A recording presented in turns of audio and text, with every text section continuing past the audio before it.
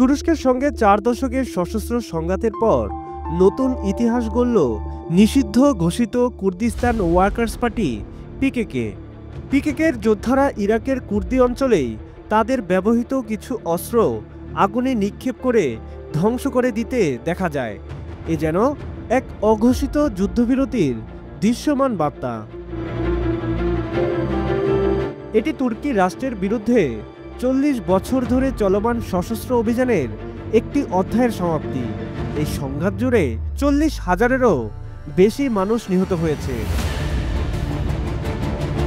গেল শুক্রবার ইরাকের উত্তরাঞ্চলীয় কুর্দি অঞ্চলে একটি ছোট্ট অনুষ্ঠান হয়, যেখানে 20 থেকে 30 জন পিকেকে যোদ্ধা তাদের অস্ত্র কোনো সরকার বা কর্তৃপক্ষের কাছে আত্মসমর্পণ না করে নিজেরাই তা আগুনে পুড়িয়ে দিতে দেখা যায়।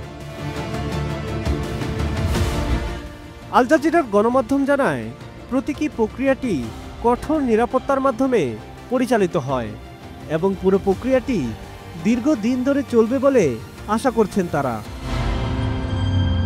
এছাড়া তুরস্কের প্রেসিডেন্ট রিসেপ তাইয়েপ এরদোয়ান এই পদক্ষেপকে স্বাগত জানিয়েছেন।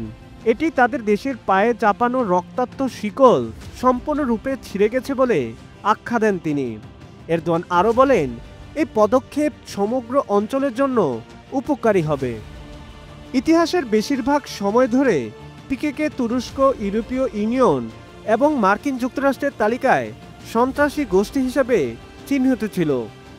গত দশকগুলোতে হাজার হাজার কুর্দি দক্ষিণ পূর্ব তুর্কিতে সহিংসতা থেকে পালিয়ে উত্তরের শহরগুলোতে চলে যায়।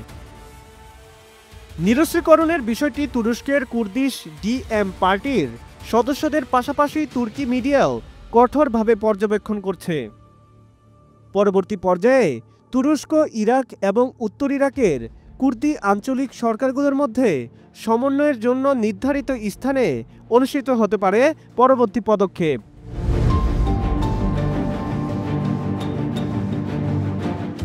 সাব্বির হাসান, মাছরাঙা টেলিভিশন।